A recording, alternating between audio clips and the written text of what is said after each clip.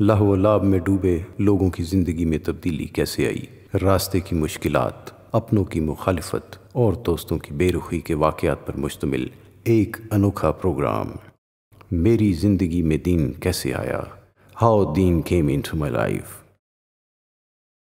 تو 3 سال پہلے کی بات ہے کہ میں میوزک میں بہت زیادہ انوالو تھا۔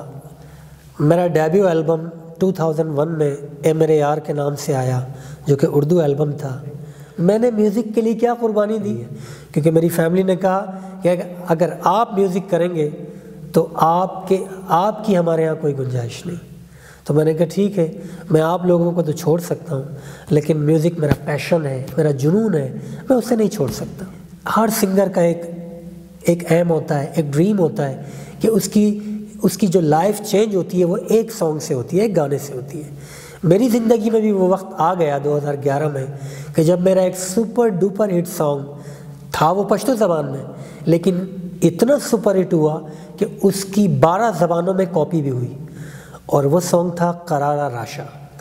قرارہ راشا کے آنے کے بعد میری زندگی میں ایک بھونچال آ گیا، دھمال آ گیا۔ جو ہمارے پشاور کے جو آفیشل تھے، جو فلمیں بھی بناتے ہیں، دوست ہیں میرے، ان کو پھر میں نے کہا ٹھیک ہے یار، میں چلتا ہوں دبئی میں، ایک کنسرٹ ہے میرا، کنسرٹ کر کے 2-4 دن میں اپنے بچوں کو بھی دیکھ لوں گا، اور کیونکہ میں کافی عرصے سے ملا نہیں۔ انہوں نے کہا بس 2-3 دن آپ رہیے گا، زیادہ مت رہیے گا، کیونکہ کافی گانے یہاں پینڈنگ میں ہیں۔ میں نے کہا ٹھیک ہے۔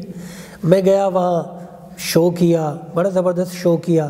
اس کے بعد گھر گیا، گھر جا کے اللہ معاف کرے جو قابل اعتراض حالت ہوتی ہے سنگرز زیادہ تر لوگوں کی، اللہ معاف کرے، اس حالت میں جا کے گھر پہ سو گیا، اور 2 گھنٹے ہی میں سویا ہوں گا کہ میرے وہ دوست ہیں مظفر خان، ان کی کال آنے لگی۔ تو میں نے کہا یار، اگر اب سپوز میں ان کی کال ریسیو کرتا ہوں تو وہ مجھے یہی کہیں گے کہ یار تم آج آ جاؤ یا کل آ جاؤ۔ میں نے کہا اٹھاتے ہی نہیں ہوں فون، یار کرتے رہنے دو، 3-4 دن تو میں کم از کم اپنے بچوں کے ساتھ رہوں۔